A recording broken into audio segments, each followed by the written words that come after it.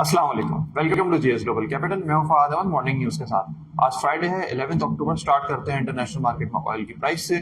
Brent की कीमत में हमने इजाफा देखा है। कल $77.50 के करीब हमने रिपोर्ट किया था। आज उससे $1.70 ऊपर $79.17 पर ब्रेंट ट्रेड करा रहा है। कोल की कीमत में भी थोड़ा सा इजाफा हुआ है, तकरीबन $1.95 के इजाफे के बाद 113.85 पे आ गई है कोल की प्राइस।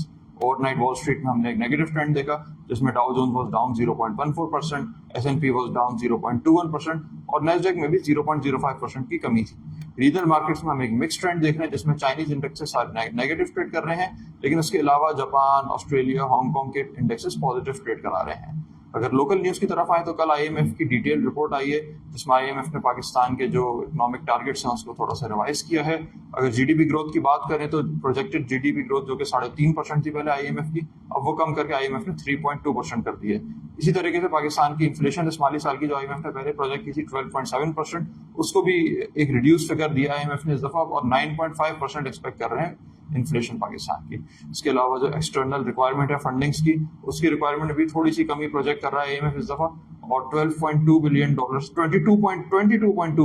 से कम होकर वो $18.8 बिलियन एक्सपेक्ट कर रहा है आईएमएफ। इसके अलावा आईएमएफ कहता है कि किसी भी सेक्टर को कोई स्पेशल इंसेंटिव या टैक्स ब्रेक्स नहीं दिए जाएंगे, और जो एक्सपोर्ट्स की जो बैरियर्स हैं, जो ट्रेड बैरियर्स हैं, एक्सपोर्ट्स के बैरियर्स हैं, उसको रिमूव किया जाएगा, एक्सपोर्ट्स को प्रमोट किया जाएगा। इसके अलावा कैप्टिव पावर प्लांट्स को जो गैस सप्लाई की जा रही है वो रोककर एफिशिएंट पावर प्लांट्स को गैस दी जाएगी। ये कुछ आईएमएफ की एक रिपोर्ट में अपडेट्स आई थी। इसके अलावा ओगरा की तरफ से जो है वो प्रपोजल आया है, जिसमें ओएमसीज और डीलर्स के मार्जिन को इम्प्रूव करने के लिए ओगरा ने प्रपोज किया है $1.40 पर लीटर पे। इससे इनकी जो ऑपरेशनल एक्सपेंसेस हैं उसमें उनको हेल्प मिलेगी कंट्रोल करने में। इसके अलावा एफबीआर की तरफ से डिटेल्स आई हैं कि जिसमें वो शॉर्टली एक अपडेटेड टैरिफ शेयर करेंगे फिक्स प्रॉपर्टीज का, इमूवेबल प्रॉपर्टीज का, जिसमें उनकी मिनिमम वैल्यू जो है 75% से इंक्रीज होगी। तो ये भी फिर प्रॉपर्टी ट्रांजैक्शन में टैक्स कलेक्शन में मदद करेगी पाकिस्तान की। इसके अलावा सऊदी मिनिस्टर ने कल पाकिस्तान के साथ एमओयू साइन किए, 22 मुख्तलिफ एमओयू साइन किए, और इनकी जो टोटल इन्वेस्टमेंट की वैल्यू होगी वो $2.2 बिलियन के करीब होगी। इसके अलावा जो है $1 बिलियन रेकोटिक में अलग से सऊदी अरब ने कमिट किया इन्वेस्ट करने का। अगर हम मार्केट को देखें तो कल मार्केट एक नेगेटिव सेशन में क्लोज हुई थी, जिसमें 216 पॉइंट्स माइनस 85,453 पे इंडेक्स बंद हुआ था।